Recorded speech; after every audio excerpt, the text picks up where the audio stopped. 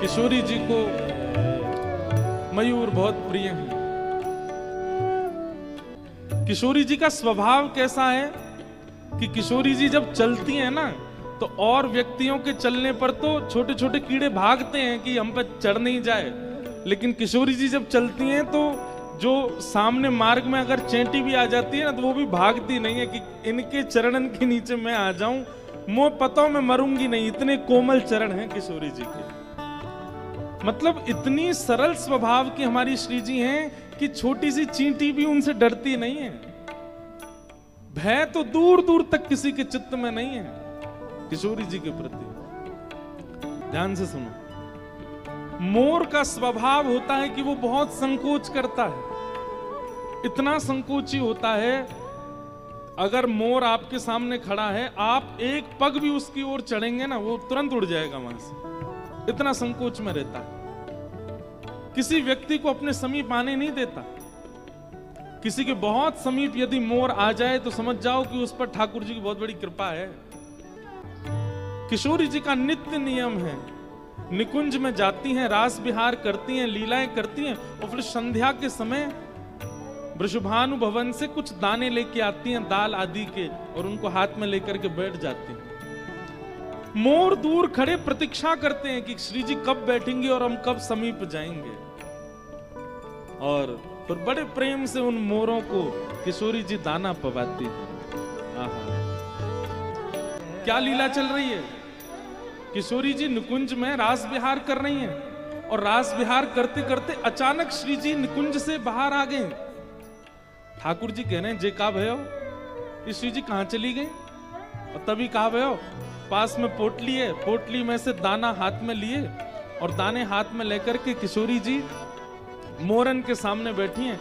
असंख्य मोर प्रकट हो गए हैं और असंख्य मोर आकर के किशोरी जी के हाथ से दाने पा रहे हैं, और उनको देख देख के किशोरी जी इतनी सिहा रही हैं, इतने प्रेम में आ रही हैं। कभी कोई के सिर को स्पर्श करें, कभी कोई के पंखन को स्पर्श करें, कभी किशोरी जी कोई मोर को लेके अपनी गोद में बिठा लें। यह आनंद देख नंद नंदन, ठाकुर जी आके देखने लगे जे का एरो है, और मन में विचार करने लगे जा सुख को अधिकारी में, वाह सुख को ये सबरे मोर खींच खींच के ले जा रहे हैं मोते।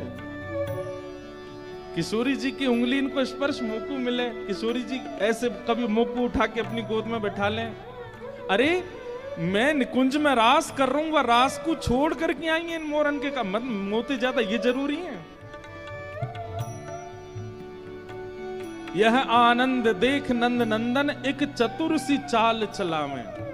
ठाकुर जी बोले दारी क्यों तुम्हें बताऊंगा मैं, रुको। यही मारे महाराज जी आज वर्षा करके मोर उड़ा दिए सब रे यहाँ थे। आज लीला पूरी करके जब वापस गए, मधुमंगल श्रीदामा तनसुखा मनसुखा धनसुखा सबरे मिले। अरे लाला आज तू बड़ो संकोच सी में लग रहो काहे गो, आज तू बड़ी चिंता सी में लग रहो काहे गो। ठाकुर जी बोले अरे कहा बताऊं, इनके पंखन को अपने मुकुट में धारण करके रखूं मेरे सिर पर चढ़वे को अधिकार कोई को ना, मैं सबन के सिर पर चढ़ूं, मेरे सिर पर कोई ना चढ़ सके। लेकिन ये मोरन के पंखन को मैं अपने सिर पर धारण करूं, लेकिन ये तो कछु ज्यादा ही सिर पर चढ़ रहे हैं मेरे। सबरे सखा बोले लाला का है वो, बोले कहा बताऊं, आज रास लीला में किशोरी जी बीच में रास छोड़ के चली गई और वहां पे हाथन में दाने लेके इन मोरन ने खवा रही, उनको पुचकार रही हैं, उनको सहला रही हैं, उनको गोद में बैठा रही हैं, ऐसी सिहा सिहा के उनको देख रही हैं, उनके पीछे दौड़ रही हैं, उनको गोद में भर रही हैं, उनको कंठ से लगा रही हैं। और ये सबरे मोर टेढ़ी टेढ़ी नजरन ते मोए देख करके खूब चिढ़ा रहे आज। मधुमंगल श्रीदाम बोले लाला बता का करना है। ठाकुर जी बोले जमुना के या पार हमारी रास बिहार होवे, सबरे मोरन ने पकड़ करके कोई और गांव में छोड़े आओ।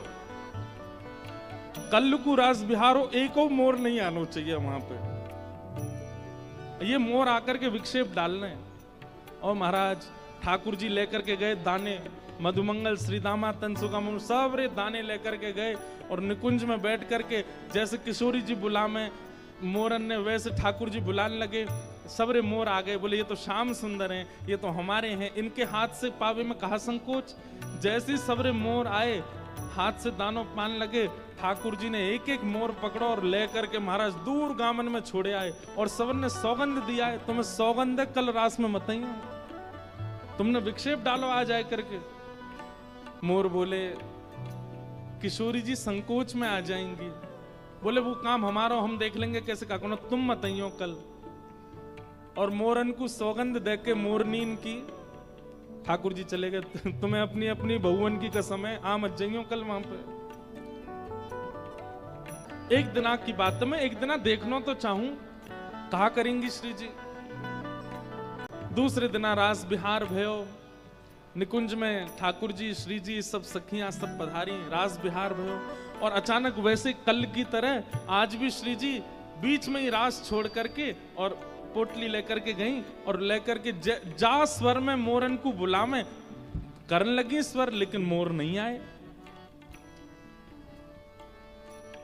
दूर दूर तक किशोरी जी दुख देख करके आ गई, लेकिन मोर नहीं मिले। कभी यमुना तट पे ढूंढे, कभी सघन वन में ढूंढे, कभी कुंज निकुंजन में ढूंढे, लेकिन मोर नहीं मिले श्री जी को। ठाकुर जी पीछे पीछे चल रहे हैं, हे श्यामाजू चलो न एक मेरे संग तनिक बैठ जाओ। अरे श्यामाजू देखो आज मैं आपके काज कहा बना के लाऊं ने किया को पाए लो। लेकिन किशोरी जी को तो मोह ऐसा बन गो, अब कछु भाई नहीं रहो।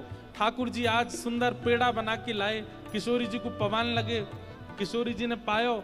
ठाकुर जी बोले कैसो है, बिल्कुल स्वाद ना है, हम आप पे बनानो ना आवे तो काय को बनाए करो, मत बना के लाए करो, मैं ही ले आऊंगी अपने आप। ठाकुर जी बोले मेरे द्वारा दी गई सामग्री कभी अगर नहीं भाती है तो किशोरी जी थोड़ा मन मार के भी स्वीकार कर ले, लेकिन ऐसे स्पष्ट मना तो कभी नहीं करती। आज तो इतनी बुरी लग गई, मोर इतने प्रिय है इनको कि मैं सामग्री दे रहा हूं वो भी स्वीकार नहीं है। ठाकुर जी नृत्य करके दिखाने लगे, श्री जी आज मैंने कैसा नृत्य किया। किशोरी जी बोली जैसा रोज करो वैसा ही कियो, कछु नयो तो हो ना हो या मैं। ठाकुर जी बोले ये बर्दाश्त भार है रो मेरे, मैं इतना सब कछु आपके सामने प्रस्तुत कर रहा हूं, आपको भाई ना आए रहे हो। अंत में ठाकुर जी मन में विचार करने लगे ये मोर इतने प्रिय हैं, अब मोर तो हम पल्ले गांव में छोड़ के आए। ठाकुर जी बोले तो नेक बैठो श्री जी, हम मैं आऊं अभी आऊं। ठाकुर जी निकुंज से बाहर गए, सबरे ग्वाल बाल बुलाए, बोले भैया चलो, मोरन ने पकड़ के दोबारा लाओ। श्री जी तो नाराज है के बैठ गई हैं। सबरे ग्वाल बाल गए वह दूसरे गांव में, वहां पे जंगल में मोर बैठे थे। कसम दई ठाकुर जी ने मोरनीन की आमद जई हूं। ठाकुर जी बोले भैया चलो, किशोरी जी के पास चलना, जल्दी चलो। मोर बोले ठाकुर जी श्री जी जैसे आपको श्री जी प्रिय, हमारी मोरनी हमको प्रिय, हमको कसम लगी हम तो ना जा रहे आज। ठाकुर जी तुम्हारे हाथ जोड़ूं पाम परूं, भैया जल्दी चलो। लेकिन मोर बोले हम नहीं जाएंगे। बोले एक दिना बीतवे के बाद चले जाएंगे, सौगंध कैसे काट सकें, आपकी आज्ञा कैसे हम विसराय सकें। ठाकुर जी मन में विचार करने लगे कहा करूं कैसे करूं। तभी ठाकुर जी ने महाराज मोरन के बड़े बड़े पिच्छ सबरे इकट्ठे किए, और इकट्ठे करके खूब सुंदर एक सूत में पिरोए करके, और वह सूत को अपनी कमर पे बांध करके पीछे सबरे मोर पिच्छ ऐसे आ गए ठाकुर जी के, जैसे मानो जैसे कोई मोर अपने पंख खोल करके नाच रहे हो। एक तरफ की सूत एक हाथ में पकड़ी, दूसरी तरफ की सूत दूसरे हाथ में पकड़ करके, तभी किशोरी जी के सामने कुहू कुहू जैसे मोर अपने मुख से स्वर निकालता है वैसे स्वर सुनाने लगे। किशोरी जी बोली अरे ये कोई मोर बोलो का अभी यहां थे। किशोरी जी के कान खड़े है गए, बोले अरे मोर आ गए, मोर आ गए, मोर आ गए।